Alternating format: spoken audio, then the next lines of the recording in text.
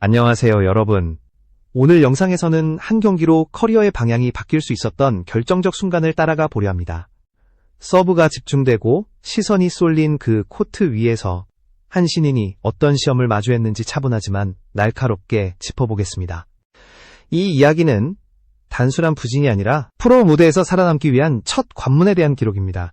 2015년 12월 수원 실내체육관의 공기는 평소와 달리 무겁게 가라앉아 있었습니다. 정관장과 현대건설의 3라운드 맞대결은 겉으로 보기엔 평범한 리그 경기였지만 실제로는 한 선수의 현재와 미래를 동시에 시험하는 무대가 되고 있었습니다. 경기 전 워밍업이 끝나고 선수들이 코트에 들어서는 순간부터 관중석에는 설명하기 어려운 긴장감이 서서히 번져갔습니다. 경기가 시작되자 흐름은 빠르게 드러났습니다.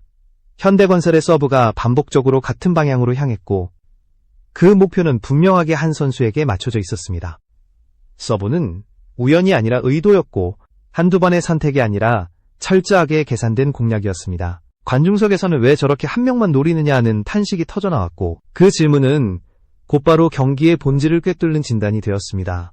그날 인쿠시는 데뷔전보다 훨씬 더 가혹한 현실과 마주했습니다. 리시브 상황에서 몸이 먼저 굳어버리며 반응이 늦어졌고 리시브가 흔들리자 공격 타이밍까지 연쇄적으로 무너졌습니다. 공격이 늦어지면 블로커는 더 여유를 갖게 되고 블로커가 여유를 갖는 순간 공격수의 선택지는 급격히 줄어듭니다. 코트 위에서 벌어진 일련의 장면들은 한 선수의 약점을 노린 구조적인 압박이었습니다. 정관장은 결국 세트 스코어 2대3으로 패배했습니다. 그러나 이 경기의 충격은 결과보다 과정에 있었습니다. 인쿠시는 이날 사실상 상대팀의 전략 실험 대상이 되었고 서브는 계속해서 쏟아졌으며 성공적인 리시브는 극히 제한적이었습니다. 전광판에 찍히는 수치들은 냉정했고 벤치와 코트를 오가는 시선 속에서 선수의 표정은 점점 더 굳어갔습니다. 이 영상을 끝까지 보고 계신 여러분께 진심으로 감사드리며 구독을 눌러주신다면 더 깊고 정확한 이야기로 계속 찾아뵙겠습니다. 중계진의 분석 역시 점점 단호해졌습니다. 리시브 라인에서 흔들리면 공격 역시 안정될 수 없다는 말은 이 경기에서 가장 정확한 해설이 되었습니다. 인쿠시는 공격에서도 힘을 잃기 시작했고 그 여파는 팀 전체의 공격 루트 붕괴로 이어졌습니다. 상대는 이미 알고 있었습니다. 이 경기는 단순한 승부가 아니라 한 선수의 한계를 시험하는 무대라는 사실을 말입니다. 결국 인쿠시는 경기 도중 벤치로 물러났습니다. 감독은 길게 설명하지 않았지만 짧은 조언 속에는 프로 무대에서 요구되는 냉정한 기준이 담겨 있었습니다. 카메라는 그 장면을 놓치지 않았고 인쿠시의 표정은 곧바로 SNS를 통해 빠르게 퍼져나갔습니다. 그 표정은 체력의 문제가 아니라 압박을 버텨내야 하는 정신적 부담을 고스란히 보여주고 있었습니다. 경기 후 감독의 발언은 더욱 분명했습니다. 그 상황을 이겨내지 못한다면 반쪽짜리 선수에 그칠 수밖에 없다는 말은 팬들 사이에서 격렬한 논쟁을 불러일으켰습니다. 혹독하지만 현실적이라는 의견과 신인에게는 지나치게 가혹하다는 반응이 동시에 터져나왔습니다. 그날 밤 인쿠시는 더 이상 조용한 신인이 아니라 리그 전체의 시선이 집중된 이름으로 남게 되었습니다. 그리고 바로 그 시점부터 이 이야기는 단순한 부진을 넘어 전혀 다른 국면으로 접어들기 시작합니다. 현대건설이 인쿠시를 집중 공략한 이유는 감정이 아니라 데이터였다. 데뷔전에서 인쿠시는 공격에서 가능성을 보여줬지만 동시에 리시브에서 분명한 불안 요소를 노출했다. 상대팀 입장에서 그 정보는 단서가 아니라 신호였고 곧바로 전술로 전환되었다. 프로 무대에서 서브는 단순한 득점 수단이 아니다. 점 서브는 상대의 구조를 흔들고 특정 선수를 고립시키며 팀 전체의 리듬을 깨기 위한 첫 번째 공격이다. 현대건설은 이 기본 원칙을 가장 냉정하게 실행했다. 점 서브를 분산하지 않았고 흐름을 바꾸려 하지도 않았다. 오직 한 선수, 인쿠시에게 반복적으로 압박을 가하는 선택을 유지했다. 리시브가 흔들리면 가장 먼저 무너지는 것은 공격 타이밍이다. 세터는 볼을 끝까지 기다릴 수 없고 공격수는 준비되지 않은 상태에서 점프해야 한다. 그 결과 블로커는 한 박자 더 빨리 반응할 수 있고 공격 각도는 급격히 제한된다. 인쿠시가 공격에서 힘을 잃어간 과정은 개인 기량의 문제가 아니라 이 구조적 붕괴의 결과였다. 중계 화면에는 반복되는 장면이 잡혔다. 리시브 직전 잉쿠 씨의 상체가 필요 이상으로 먼저 굳어졌고 시선은 공보다 먼저 흔들렸다. 실패 직후에는 표정 변화가 즉각적으로 드러났고 다음 플레이까지 그 긴장이 이어졌다. 프로 레벨에서는 이 짧은 공백조차 상대에게는 명확한 신호가 된다. 해설진의 분석은 일관됐다. 지금의 문제는 기술 하나가 아니라 멘탈과 리듬이 동시에 흔들리고 있다는 점이라는 평가였다. 실제로 잉쿠 씨는 리시브가 흔들린 이후 공격 선택에서도 과감함을 잃었고 무리한 타점을 피하려다 오히려 범실로 이어지는 장면이 늘어났다. 상대는 그 흐름을 정확히 읽고 있었다. 현대건설의 전략은 시간이 지날수록 더 노골적이 되었다. 서브는 더욱 빠르고 깊게 들어왔고 리시브 라인은 잉쿠 씨 쪽으로 미세하게 이동했다. 이 과정에서 정관장의 공격 옵션은 하나씩 지워졌다. 팀 전체가 잉쿠 씨를 보호하기 위해 움직일수록 오히려 잉쿠 씨에게 가해지는 부담은 더 커지는 역설적인 상황이 만들어졌다. 감독의 시선은 냉정했다. 점프로에서 약점은 숨겨지지 않으며 드러난 순간 곧바로 공략 대상이 된다. 이날 잉쿠 씨는 실력이 아닌 준비도의 시험을 받고 있었다. 그리고 그 시험은 한 세트, 한 볼이 아니라 경기 전체를 관통하며 이어졌다. 이 지점에서 중요한 사실 하나가 드러난다. 현대건설은 잉쿠 씨를 무너뜨리기 위해 서브를 넣은 것이 아니라 정관장의 구조를 붕괴시키기 위해 잉쿠 씨를 선택했다는 점이다. 즉, 이 경기는 개인에 대한 공격처럼 보였지만 실제로는 팀 전체를 겨냥한 고급 전략이었다. 이 사실을 인지하는 순간 잉쿠 씨의 부진은 문제는 리시브 하나가 아니라 시작한다. 그 리시브를 감당할 준비가 되어 있었는지에 대한 질문이었다. 그리고 바로 이 질문이 이후 정관장 내부와 리그 전체에서 가장 뜨거운 화두로 떠오르게 된다. 경기가 끝난 뒤 가장 먼저 무거워진 것은 선수 개인이 아니라 팀 내부의 공기였다. 정관장 벤치는 조용했지만 그 침묵 속에는 분명한 고민이 흐르고 있었다. 잉쿠 씨의 리시브 문제는 이미 예견된 변수였지만 실제 경기에서 그것이 이 정도의 파급력을 가질 것이라고 예상한 사람은 많지 않았다. 고이진 감독의 입장은 분명했다. 프로 무대에서 약점은 보호 대상이 아니라 극복 대상이며 그 과정을 피할 수는 없다는 것이었다. 경기 전 기자들과 만난 자리에서도 그는 리시브가 약한 선수일수록 연습과 멘탈 훈련을 통해 정면 승부로 이겨내야 한다고 강조했다. 그 발언은 원론처럼 들렸지만 실제로는 잉쿠 씨에게 주어진 현실을 정확히 반영하고 있었다. 경기 도중 잉쿠 씨가 벤치로 내려왔을 때 감독은 길게 설명하지 않았다. 짧은 조언과 간단한 제스처, 그리고 다시 코트를 바라보는 시선 속에는 선택의 무게가 담겨 있었다. 계속 밀어붙일 것인가? 아니면 잠시 숨을 고르게 할 것인가? 그 판단 하나하나가 단순한 교체가 아니라 선수의 성장 경로를 결정짓는 선택이 되는 순간이었다. 경기 후 감독의 발언은 예상보다 직설적이었다. 그 상황을 이겨내지 못하면 반쪽짜리 선수에 머물 수밖에 없다는 말은 잉쿠 씨 개인을 향한 경고이자 팀 전체를 향한 메시지였다. 이 발언은 곧바로 팬덤에 불을 붙였다.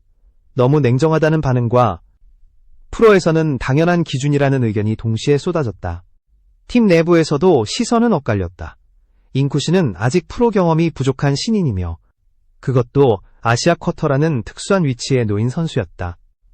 공격에서 보여준 가능성은 분명했지만 리시브 부담은 팀 구조상 한 선수에게 과도하게 집중되고 있었다. 특히 정관장은 시즌 초반 공격 옵션의 이탈로 인해 리시브 안정성이 전체적으로 흔들린 상태였고 그 부담이 잉쿠 씨에게 더욱 크게 돌아가고 있었다. 스태프들의 분석은 보다 냉정했다. 아시아 쿼터 선수는 리그 특성상 상대팀의 주요 공략 대상이 되기 쉽고 그 중에서도 리시브가 불안정한 선수는 가장 먼저 시험대에 오른다. 잉쿠 씨는 지금 기술의 문제가 아니라 이 리그가 요구하는 압박 강도를 몸으로 배우고 있는 단계라는 평가가 나왔다. 문제는 그 시간을 허락받을 수 있느냐는 것이었다. 이 시점에서 잉쿠 씨는 단순한 신인이 아니었다. 정관장의 전술 실험, 리그의 냉정한 기준, 그리고 팬들의 기대가 동시에 얹힌 이름이 되었다.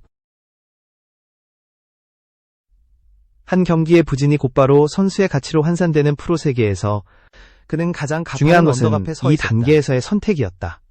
무너진 채로 뒤로 물러설 것인가? 아니면 약점을 직시한 채 다시 쌓아 올릴 것인가? 정관장과 잉쿠 씨는 이제 같은 질문을 공유하게 되었다. 그리고 바로 이 질문이 이후 이 이야기의 흐름을 결정짓는 핵심이 된다. 잉쿠 씨의 이야기가 특별하게 느껴지는 이유는 단순히 한 경기의 부진 때문이 아니었다. 그녀가 이 무대에 서기까지의 과정은 대부분의 선수들과는 전혀 다른 경로를 거쳐왔기 때문이다. 몽골에서 배구를 시작한 잉쿠 씨는 체격이나 환경 면에서 결코 유리한 조건을 갖춘 선수는 아니었다. 그러나 포기하지 않고 기회를 좇아 한국으로 향했고 유학과 훈련을 병행하며 프로라는 목표를 향해 한 단계씩 올라왔다. 그 과정에서 잉쿠 씨는 늘 선택의 기로에 서 있었다. 익숙한 환경에 머물 것인가? 아니면 불확실한 도전을 감수할 것인가? 한국 무대는 그녀에게 기회의 땅이었지만 동시에 가장 냉정한 시험장이기도 했다. 언어와 문화의 차이, 훈련 강도의 변화, 그리고 결과로 모든 것이 평가되는 구조는 매 순간 부담으로 작용했다. 그럼에도 불구하고 잉쿠 씨는 공격에서 분명한 가능성을 보여줬다. 점타점과 감각, 순간적인 판단력은 리그에서도 주목받을 만한 요소였다. 데뷔전에서 기록한 득점과 블로킹은 단순한 숫자가 아니라 이 선수가 왜 영입되었는지를 설명해주는 근거였다. 문제는 그 가능성을 유지할 수 있는 기반이 아직 완성되지 않았다는 점이었다. 프로 무대에서 신인은 보호받지 않는다. 특히 외국인, 그 중에서도 아시아 쿼터 선수에게 주어지는 시간은 더욱 제한적이다. 한 경기의 부진은 곧바로 신뢰의 균열로 이어지고 그 균열은 다음 경기의 출전과 역할에 직접적인 영향을 미친다. 잉쿠 씨는 지금 그 냉정한 구조의 한가운데에 서 있었다. 경기 후 잉쿠 씨의 모습은 많은 사람들의 시선을 붙잡았다. 라커룸 앞에서 짧은 대화를 나눈 뒤 고개를 숙인 채 경기장을 빠져나가는 모습은 단순한 패배의 아쉬움이라기보다 책임의 무게를 온몸으로 받아들이는 듯 보였다. 그 장면은 팬들 사이에서 빠르게 공유되며 여러 해석을 낳았다. 누군가는 아직 준비되지 않았다고 말했고 또 다른 누군가는 그만큼 간절하다고 해석했다. 사실 이 시기에 잉쿠 씨는 기술적인 문제보다 심리적인 압박이 더 컸다. 실수 하나가 곧바로 집중 공략으로 이어지고 그 결과가 다시 실수로 되돌아오는 악순환 속에서 선수는 스스로를 의심하게 된다. 이 의심은 플레이를 위축시키고 위축된 플레이는 다시 상대에게 확신을 준다. 프로 무대에서 가장 위험한 순간은 바로 이 고리에 갇히는 순간이다. 그럼에도 잉쿠 씨의 이야기에는 아직 닫히지 않은 문이 있었다. 포기하지 않고 버텨온 시간, 새로운 환경에 스스로를 던졌던 선택, 그리고 여전히 남아있는 공격에서의 잠재력. 이 모든 요소는 그녀가 단순한 실패 사례로 끝나지 않을 가능성을 보여주고 있었다. 바로 이 지점에서 많은 사람들이 한 이름을 떠올리기 시작했다. 위기를 겪는 후배에게 누구보다 냉정하면서도 정확한 조언을 해줄 수 있는 존재. 잉쿠 씨가 넘어야 할 벽의 크기를 정확히 알고 있는 인물점, 그리고 그 이름이 다시 등장하면서 이 이야기는 새로운 전환점을 향해 움직이기 시작한다. 수원에서의 경기가 끝난 뒤 잉쿠 씨를 둘러싼 분위기는 미묘하게 달라지기 시작했다. 처음에는 단순한 루머처럼 흘러나왔다. 김연경이 잉쿠 씨의 상황을 전해 들었다는 이야기, 그리고 문제의 장면을 직접 확인했다는 소문이었다. 처음에는 팬들 사이의 추측에 불과했지만 시간이 지날수록 같은 방향의 이야기가 여러 경로에서 반복되기 시작했다. 중요한 점은 누군가 도움을 요청했다는 정황이 없었다는 사실이다. 정관장 내부에서도 공식적인 요청은 없었고 외부로 발표된 내용 역시 없었다. 그러나 김연경이 잉쿠 씨가 집중 공략을 당한 장면을 직접 확인했고 그 과정에서 몇 가지 핵심적인 문제를 짚었다는 이야기는 점점 신빙성을 얻어갔다. 이 단계에서 분위기는 단순한 동정이 아니라 기대감으로 옮겨가기 시작했다. 전해진 바에 따르면 김연경이 가장 먼저 주목한 것은 기술 자체가 아니었다. 리시브 직전 자세가 지나치게 빨리 굳어지는 습관, 실패 이후 표정과 시선이 즉각적으로 경직되는 반응, 그리고 세터와의 거리 조절이 일정하지 않다는 점. 이 세 가지는 신인 선수들에게 흔히 나타나는 문제지만 프로 레벨에서는 방치될 경우 선수 커리어 전체를 흔들 수 있는 요소들이었다. 특히 멘탈에 대한 지적은 많은 이들의 공감을 불러왔다. 기술은 반복 훈련으로 보완할 수 있지만 흔들린 멘탈은 스스로 회복하지 못하면 다음 단계로 넘어갈 수 없다는 메시지는 명확했다. 김연경이 전한 첫 조언이 멘탈부터 잡아야 한다는 말이었다는 이야기가 퍼지면서 팬들의 반응도 달라지기 시작했다. 문제를 정확히 짚고 있다는 평가와 함께 잉쿠 씨에게는 여전히 기회가 남아있다는 해석이 힘을 얻었다. 이 과정에서 팬덤의 분위기도 급격히 변화했다. 처음에는 비판과 우려가 뒤섞여 있었지만 김연경의 이름이 언급되자 시선은 분석과 기대 쪽으로 이동했다. 영상 코칭이 이루어질 것이라는 이야기, 비공식적인 조언이 이어지고 있다는 추측, 그리고 주말 합동훈련 가능성까지 다양한 이야기가 오갔다. 그 중에서도 가장 현실적으로 받아들여진 것은 영상 분석을 중심으로 한 피드백 가능성이었다. 정관장 내부 역시 이 흐름을 예의주시하고 있었다. 공식적인 특별훈련 프로그램은 아니었지만 잉쿠시가 스스로 문제 장면을 반복해서 확인하며 개선 의지를 보이고 있다는 점은 분명했다. 실제로 경기 이후 짧은 시간 동안 같은 장면을 수십 차례 되돌려보며 리시브 동작과 시선을 점검했다는 이야기는 잉쿠시의 태도를 다시 보게 만드는 계기가 되었다. 전문가들의 평가는 한결같았다.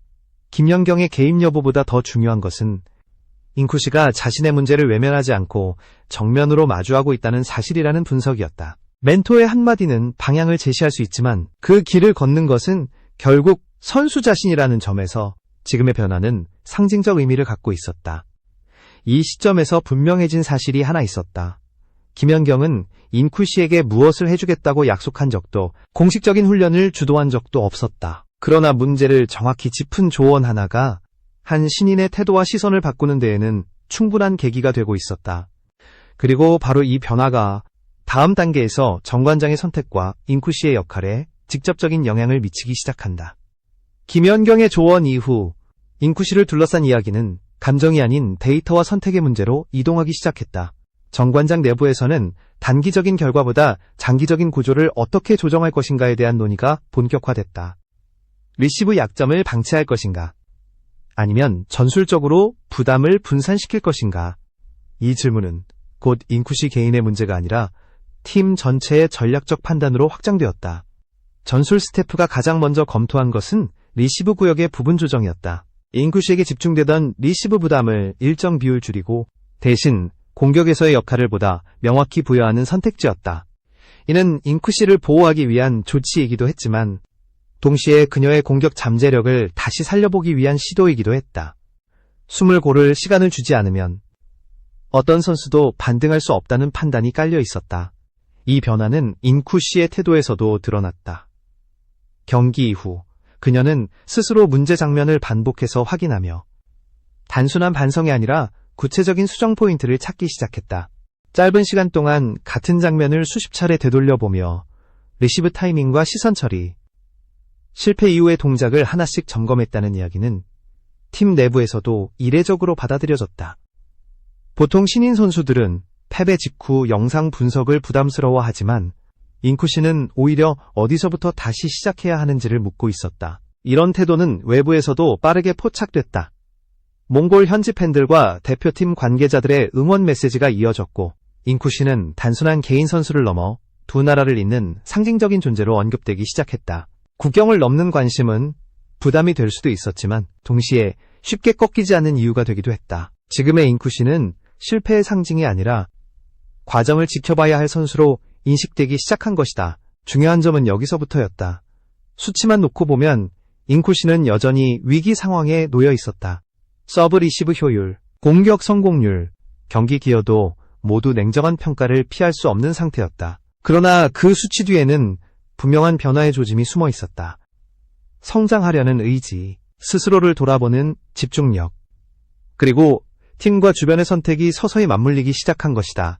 김연경의 역할은 여전히 명확하다. 그녀는 공식적인 지도자가 아니었고 직접 훈련을 주도하지도 않았다. 다만 문제를 정확히 짚어주었고 그 방향이 틀리지 않았다는 사실만으로도 충분한 영향력을 발휘했다. 프로스포츠에서 멘토링이 갖는 힘은 바로 이런 지점에서 드러난다. 이제 질문은 하나로 모아진다. 잉쿠시는 이 벽을 넘을 수 있을 것인가? 넘는다면 그녀는 단순한 아시아 쿼터 선수가 아니라 정관장의 중요한 자산으로 자리 잡게 될 것이다. 넘지 못한다면 이 이야기는 한때의 기대와 함께 조용히 사라질지도 모른다. 그러나 분명한 사실이 있다. 지금의 잉쿠시는 끝에 서 있는 것이 아니라 이제 막 진짜 출발선에 서 있다는 점이다. 그리고 그 출발선에서 그녀를 바라보는 시선은 이전보다 훨씬 진지했다.